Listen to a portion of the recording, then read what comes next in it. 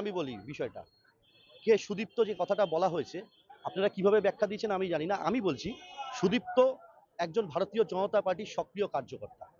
সে যদি টিকিটের কথা বলেন, আমি সেদিনকে শুনেছিলাম, মনে পড়ে গেল টিকিটের বিষয়ে বলেছেন। দেখুন, ভারতীয় জনতা পার্টি কোনো ভিখারি বা ফুটপাতের দল না।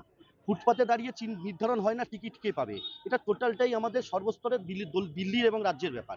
আমি এই বিষয়ে মন্তব্য করব না। যে টিকিট পাবে দল যাকে দেবে সে লড়বে। কিন্তু যে কে সুদীপ্ত আপনার যে কথাটা বলছেন, আমি মনে করি, আমি যতদূর জানি, সুদীপ্ত দাস হচ্ছে ভারতীয় জনতা পার্টির একজন নিষ্ঠাবান কার্যকর্তা। এবং এতদূরে আপনাকে বলছি যে সুদীপ্ত দাস এই মুহূর্তে দাঁড়িয়ে ভারতীয় জনতা পার্টির কর্মী সুদীপ্ত দাস বীজপুরে তৃণমূল কংগ্রেসের মাথা ব্যথার কারণ।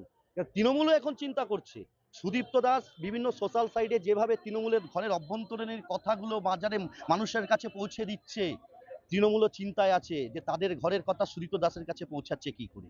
তাই সুদীপ্ত দাস এই মুহূর্তে দাঁড়িয়ে বীজপুর তৃণমূলের কাছে মাথা ব্যথার কারণ, চিন্তার কারণ। অভ্যন্তরের কথা জানছি কি করে, এটাও তো একটা বড় প্রশ্ন।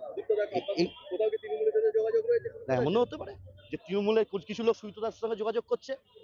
তৃণমূলে সুস্থ দাস এর জন্য তৃণমূলের সাথে যোগাযোগ না, রাখছে। না, না, না, না, না, না। সুদীপ্ত দাসের কাছে তারা বাঁচতে আসছে যে আগামী 6 মাসের মধ্যে ভারতীয় জনতা পার্টি ক্ষমতায় আসছে।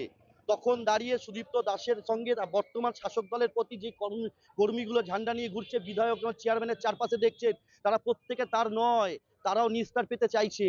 কিন্তু তারা যেহেতু এখন শাসক দলের সঙ্গে আছে, যদি এদিকে সরাসরি যোগাযোগ রাখে তাদের জেল খাটতে হবে। সেই কারণের জন্য তারা, হতেই পারে তারা খবরগুলো বাইরে দিয়ে দিচ্ছে। এটাই তো তৃণমূলের চিন্তার কারণ, আর এটাই তো সুদীপ্ত দাসের কাজ, যে কিভাবে শাসক দলের কর্মকাণ্ড, অনৈতিক কাজকে কিভাবে মানুষের সামনে তুলে ধরা এবং কিভাবে তৃণমূল কংগ্রেসকে চাপে রাখা। এটা তো বিরোধীর কাজ, সে কাজ সুদীপ্ত দাস করছে।